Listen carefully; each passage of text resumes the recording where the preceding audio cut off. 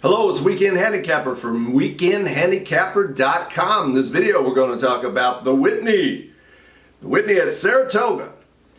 Before we get to it, if you hadn't already, subscribe to this YouTube channel, hit that subscribe button, hit that notification button so you can get all the latest tips, tools, and resources that help you win money at the racetrack. So let's get right with this, with the Whitney. So it's a mile and an eighth, race 9, Saratoga. It's a field of 8, unless there's somebody's going to scratch, but as far as I know, it's a field of 8.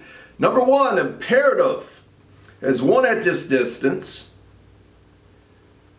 I like its pressing running style here lately. I think the pressers, not the front runners, but seems like the pressers and the closers have been doing okay recently. We have a small sample size, I know, but other than that, it's not much else for number 1, Imperative. So we're probably going to skip that one unless there's some huge rail bias that takes place on this particular day. Number 2, Forewarned. You've been forewarned that this horse to me is a throwout.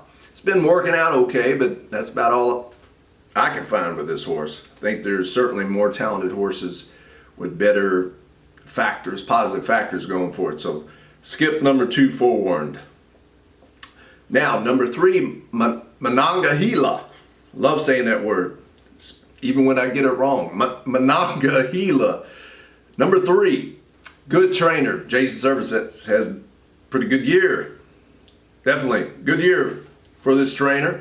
He's got some good connections. Jose Lescano is having a really good year itself. So good jockey, good trainer. It's been competitive at this distance. This horse is a decent price, morning line. Like this might be a live long shot. It's got a tough task in front of it, but I think this is worth a shot. Number 3, Monongahela. Number 4, Thunder Snow. What to do with Thunder Snow? Can't knock this horse. Seems like it always tries. Seems like it's always competes. Think the pace should set up well for Thunder Snow. I'm intrigued. Definitely intrigued. It's never raced at this distance. Many of these horses haven't. Most horses haven't raced at Saratoga. So that's a pretty much even playing field. It cancels each other out, in my opinion. So this horse, I don't know what to do with Thunder Snow, honestly. It's very intriguing. So we'll get back to Thunder Snow here in a minute, number 4. Number 5, Vino Rosso. Vino Rosso. Here we got the very well-known high winning percentage jockey trainer combo of John Velasquez and Todd Pletcher. It's one of the few that have raced at Saratoga. But with that well-known connections, those connections usually get bet down. I mean, for good reason. A lot of times they have live horses. I'm going to try to beat number 5, Vino Rosso.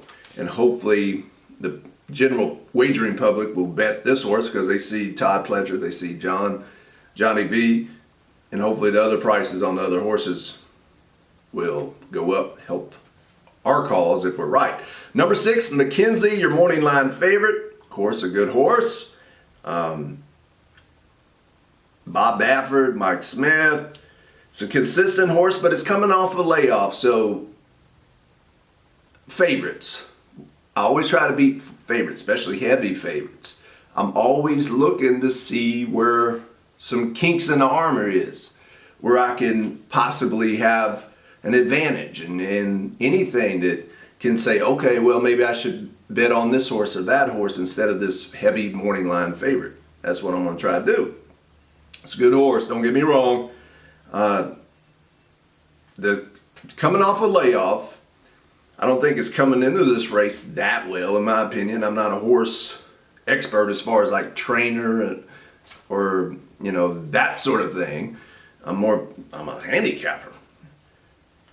But is this horse coming into this race okay off the layoff? Has it been working out really well? How's it been acting, you know?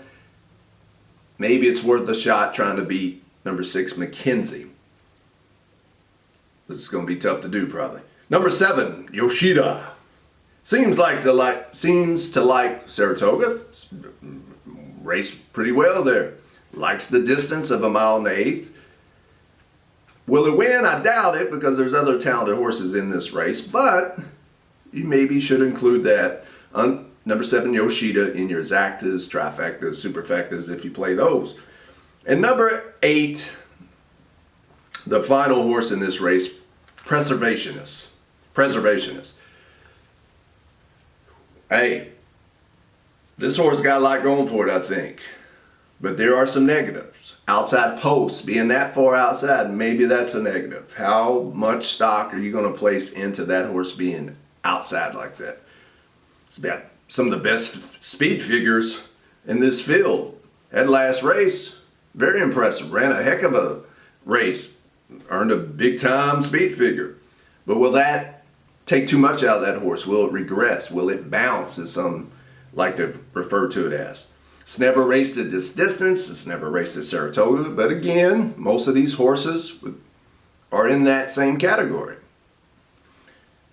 I think it's number 5, Vino, Rosso, and number 7, Yoshida is the only ones raced at Saratoga. So might as well take a shot, really. But that's the thing you want to consider with number 8, Preservationist. Will it regress? Will it bounce? Will it like the track? Will that outside post be a hindrance? And we always say the bet, or the price determines the bet. I think number 8, Preservationist, is the value in the race. You got to take a chance on all those negatives if the price is right.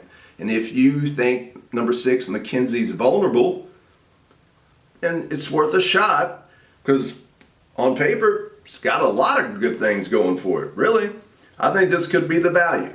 So how am I going to bet the 2019 Whitney at Saratoga? If I think the pressing horses have a chance, being all things equal, if you a big player track bias, and maybe give some advantages to those horses. That would be Thunder Snow, Yoshida, number 1 horse, but I'm going to check that one. But who am I going to pick? Well, to me, Preservationist is the value. It's probably worth the gamble of trying to beat McKenzie, number 6 McKenzie. Thunder Snow, I think, has got a good chance based on it's a consistent horse. To me, it's a pretty wide open race for the most part, and its running style might benefit. And this number 3, this Mangahila, it's a long shot, but my goodness, who knows? That could be an upset winner right there. But to me, 8, 4, and 3, so Preservationist, number 4, Thunder Snow, Preservationist number 8, number 4, Thunder Snow, and number 3, Mangahila would be the horses to probably bet.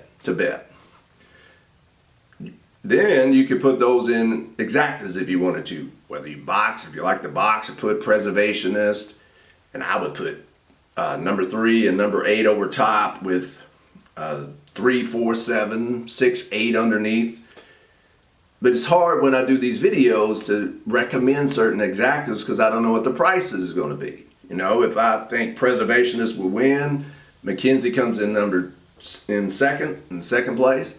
But if that exacta doesn't pay anything, I don't want to recommend that. So you got to be careful when you look at those probable pools and your exacta pools and see if they're offering value. It's all about value. It's always about value.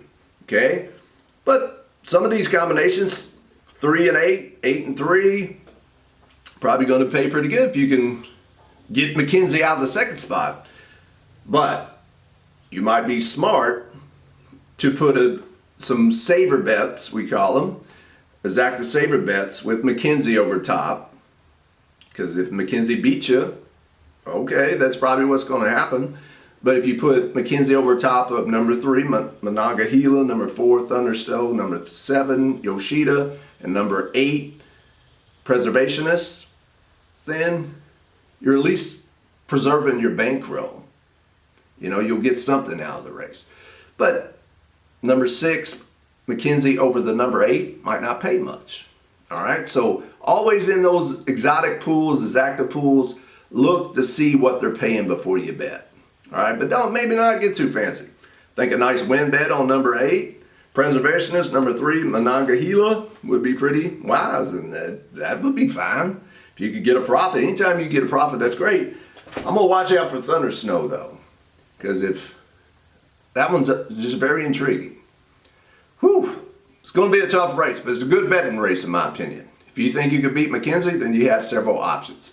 All right, so if you hadn't, again, subscribe to this YouTube channel, hit that subscribe button, hit that notification button so you can get all these latest tips, tools, and resources when I put out these videos.